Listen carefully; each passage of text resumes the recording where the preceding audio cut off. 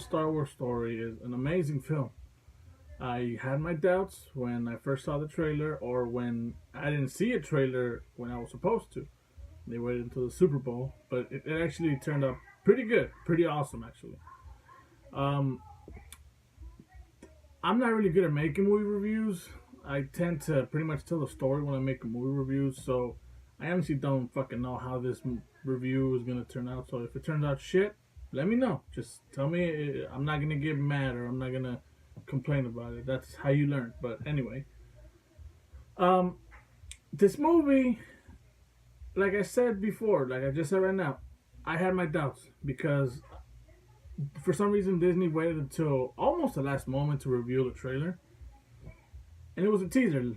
It was a fucking teaser trailer. So I really wasn't clinging on to the movie being a masterpiece. It might be a little exaggerated, but I didn't think it was gonna be a masterpiece. I know it was gonna be good. These past three Star Wars films before Solo, they were actually pretty good. They were actually awesome. The Last Jedi is a little bit debatable for some fans, but I personally liked it. I didn't like how they handled Luke's death, but oh well. The main doubt I had is it wasn't probably gonna live up to the Han Solo name. Boy was I fucking wrong. It did live up to the Han Solo name. Danny Glover, or Childish Gambino, or whatever the hell you want to know him by.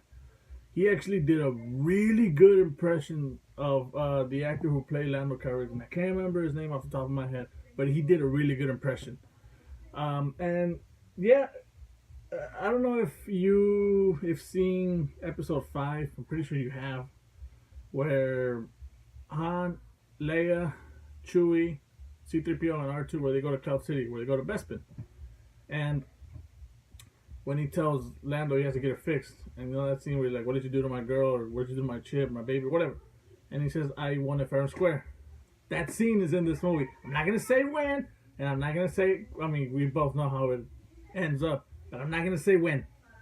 You're gonna have to figure that part out or watch the movie. But that scene is in this movie, and that scene alone was worth watching the movie, because I really wanted to see how they were gonna handle Han winning the Millennium Falcon. Spoiler if you didn't fucking know. How we're gonna handle him winning the Falcon from Lando. I'll give you a small spoiler. They gamble. They bet for the ship twice. The first time, Lando cheats and he obviously wins. The second time is como se dice, Han catches on and he sees like his trick, so he acts on it without Lando knowing it. So that's one thing that I really liked on how they approached the idea of how Han won the Millennium Falcon from Lando, and I liked it. It was pretty tongue in cheek. There was a variety of new characters. There was a lot of references to the original trilogy. There was a reference to Jabba the Hutt. There were stormtroopers, but then again, it was when the Empire was like in its full peak, so it's not really a reference. But I think the main reference is probably to Jabba the Hutt. I mean, it's not really that much of a big reference. Woody Harrelson's character just mentions him when they're about to finish the job. One thing that I really like is that they touched on the subject of how Chewbacca came to be how he is. I'm not gonna say how they met, but they did meet while he was in the Empire. And I like that they instantly made Chewbacca into like a freedom fighter. He was fighting because because the Wookiees were enslaved by the Empire, pretty much right after the events of Episode 3. The Empire, which was still the Galactic Republic, they rounded up all the Wookiees and they enslaved them.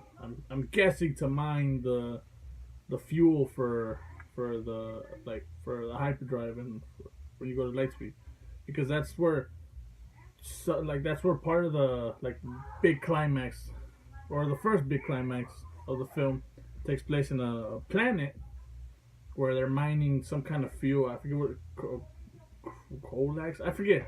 I was so so hyped up for the movie, so into it, that I didn't really pay attention to everything. I might have to go watch it again just so I can capture everything. Now that I've seen it as a fan, I might have to watch it as a reviewer. But it was actually the big fight scene. One of the big fight scenes in that planet I don't think they say the name. I think they do, but I think only once. So it's like a gas planet where they mine the fuel, except it's raw, so it's dangerous. When they go to that planet where they're mining the fuel, Chewbacca finds some of his people. So he becomes a freedom fighter for his people. He frees them from that planet, but then he decides to go with Han and Lando. So I sense that Chewie was conflicted on whether he wants to save his people or help Han, which helped him escape. Like, if you don't understand what I'm trying to say, let me see if I can rephrase it. Han, I think I just spoiled it, but fuck it. Han met Chewie when he was in the Empire because he was thrown in a prison, basically because Woody Harrelson lied and said he was a deserter. So they throw his ass in jail, and they had Chewie as a prisoner or as a dog or some shit that eats the prisoners. So, and there's this funny thing where you actually hear for the first time, you actually hear Han Solo speak Wookiee, which is the funniest scene in the whole movie. And that's how he helped them escape.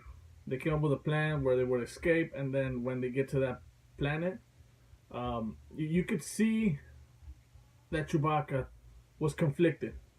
He decided. You can see he was deciding: do I help my people or do I help the guy who saved my life? Because if it wasn't for him, I wouldn't be able to save my people. So you can tell he was conflicted.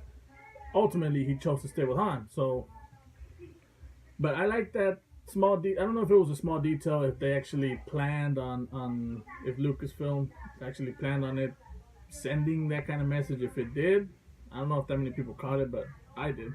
And if they didn't, I'm pretty sure I just came up with a theory. We're gonna get into a little bit of a spoiler talk right now. So if you haven't seen it, just click off this fucking video because I don't know for how long I'm gonna be talking about spoilers.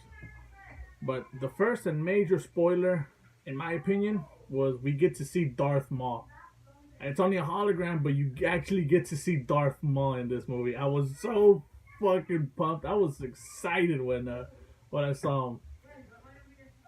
I noticed some subtle references to that there might be some kind of Sith Lord because the villain, which is one ugly motherfucker, he has like some weird lines going up his face, and when he gets mad, they open up, which is fucking disgusting. But that's besides the point.